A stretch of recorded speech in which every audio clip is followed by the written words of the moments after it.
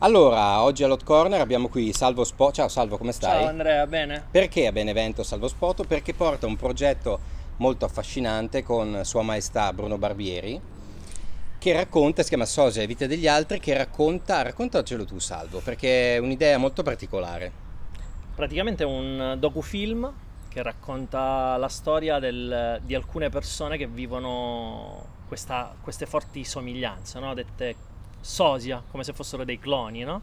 E nel docufilm raccontiamo la storia, praticamente è su due livelli, raccontiamo la storia del rapporto che ha lo chef Bruno Barbieri con il suo sosia, che inizialmente diciamo che è una situazione anche abbastanza divertente, perché questo sosia inizia a scroccare delle scene nei ristoranti Esatto. spacciandosi per Bruno Barbieri, Firmando il libro, sì, no? con una tecnica tutta sua Tecnica e anche non male però. no, azzeccata.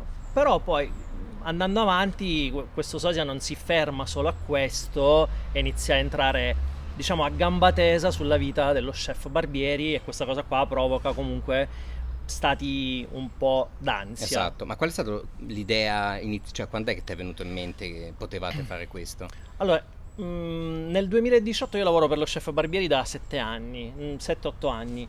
Abbiamo fatto un viaggio in Giappone per lavoro nel 2018 e ci eravamo soffermati in maniera banale sul fatto che per noi occidentali gli orientali fossero tutti uguali, no? Esatto. Tra virgolette, tipo uno è sosia dell'altro. Sappiamo anche che in realtà si dice anche al contrario, diciamo gli I orientali, caucasici sono sì. tutti uguali, esatto. È rimasta lì quell'idea. Poi durante la pandemia abbiamo praticamente ripensato a quel viaggio e a questa cosa che ci eravamo detti, e abbiamo cominciato a fare. Ho fatto un semplice post su Facebook che ancora c'è, ad agosto dell'anno scorso, dove cercavo dei sosia.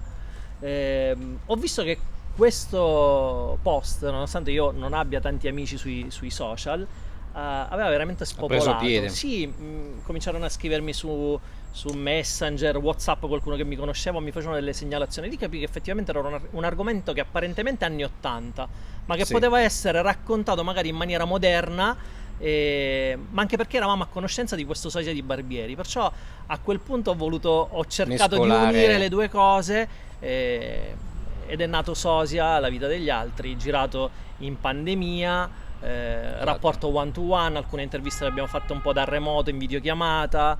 Ma ispirazioni? C'hai qualcosa che avevi visto, qualche docufilm che... Perché mm, tu già avevi girato un film che era Cimena. io ne ho girati praticamente due mediometraggi come questo. Ok, questo dura un'ora, diciamo. Questo dura un'ora.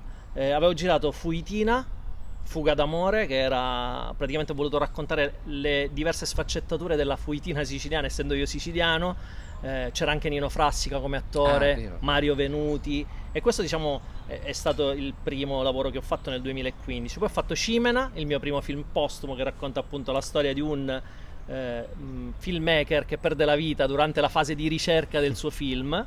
E poi vengono sviluppati, attraverso le interviste si racconta un po' la storia di questo filmmaker. E poi arriva Sosia, e sono felice perché questo lavoro l'ho pensato, l'ho montato durante la pandemia, e non sono sceso a compromessi rispetto agli altri, che invece mi ero appoggiato a altri direttori della fotografia, o l'avevo firmato insieme ad altre persone. Certo. Senti, Sosia viene premiato qui a Benevento al Festival Cinema e Televisione, poi quando lo vedremo? C'è una data d'uscita? State pianificando un'uscita in particolare? Allora, in questo momento non c'è pianificata un'uscita.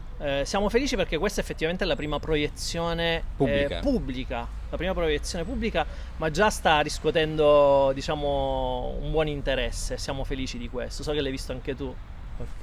No, c'è già il bollino di garanzia di Hot Corner, non quindi lo sapevo. Grazie. sì, Sosia Grazie. c'è già il bollino di garanzia, l'ho detto a Barbieri, quindi E poi il nostro appoggio c'è. Grazie. E poi sono felice che venga presentato qui a Benevento, perché è una persona che mi ha aiutato dal primo momento su questo progetto, anche stimolandomi, ma anche proprio tecnicamente, perché ha curato poi la post-produzione e la color, e di Benevento, che è Peo Fallarino, che da 10 anni vive a Milano, che ha un'azienda appunto di videomaker, di produzione grafica, ed è di Benevento, perciò E quindi allora il viaggio siamo parte da felicissimi, Benevento siamo e felicissimi. che dirti Salvo, buon viaggio, allora, lunga vita a Grazie. Sosia e alle vite degli altri. Grazie. Salvo Spot all'Hot Corner, Ciao. grazie mille. Ciao Andrea, grazie mille.